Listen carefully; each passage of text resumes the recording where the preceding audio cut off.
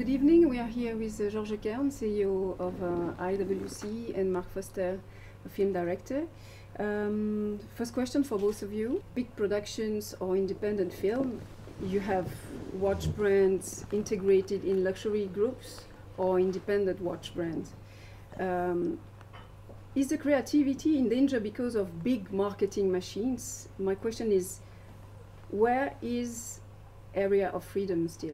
Honestly, I mean, and here I would like in a way to answer in also for Hollywood, why would you be less creative with a studio movie than you would be with an independent movie? No, creativity and quality in both segments have to be the same, otherwise you're not successful. And it's the same thing if you're a big brand or representing a big maison, or if you're representing a small maison. It's exactly the same, you just have other means. Mm-hmm. Also, with a big Hollywood production, the budgets are obviously, much higher. Mm-hmm. In the moment the budgets are higher, people have more fear because they need to make sure that, they're going to get a return on their investments. Mm-hmm. So you have to, work with more people to ensure them that, their capital and their investments is safe. But at the same time, as an artist, or as a filmmaker, what is great on the other hand, because they will put a lot of money into the marketing of your film. Mm-hmm. Versus if you're doing a small independent film, the budgets are very small and the risks are much smaller. Mm-hmm. You have maybe more freedom in a sense, but mm-hmm. you're not insured if the distribution company, really will put that much money into the marketing, which is, on one hand, yes, maybe you have, creative more freedom, but as George said, I believe, creativity is creativity. You mm-hmm. always want to create something unique and special for you as a filmmaker. Make a movie or create a watch, is it an eternal renewal? I mean, what is your personal technique to free from your past? And is it important to free from the past? No, because there are always roots, there are always elements you have to keep because they have proven to be successful, and there's a DNA in a brand and in a product which I think you have to respect. You don't have to have a revolution all the time. You can also make evolutions of products.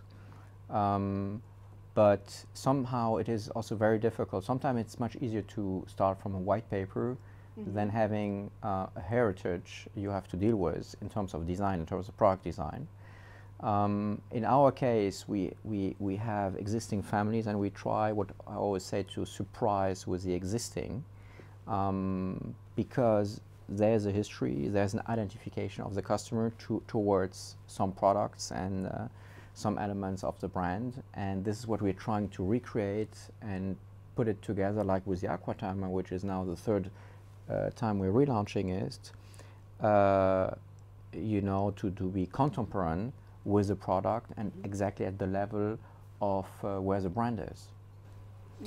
It's interesting because as when he said, if you ultimately have a history, and that's, I felt that when I did Quantum of Solace, the Bond mm-hmm. movie, you're stepping into a franchise that exists for decades, mm-hmm. and you're working within a framework, mm-hmm. And you have to respect that framework, but at the same time you have to find your own identity in that framework and try to put sort of your own vision into place. But at the same time, if you start something like World War Z, when you start from a white paper, it's as difficult because you have to try to create something from scratch, and you have no framework whatsoever, so you can go into in any kind of direction.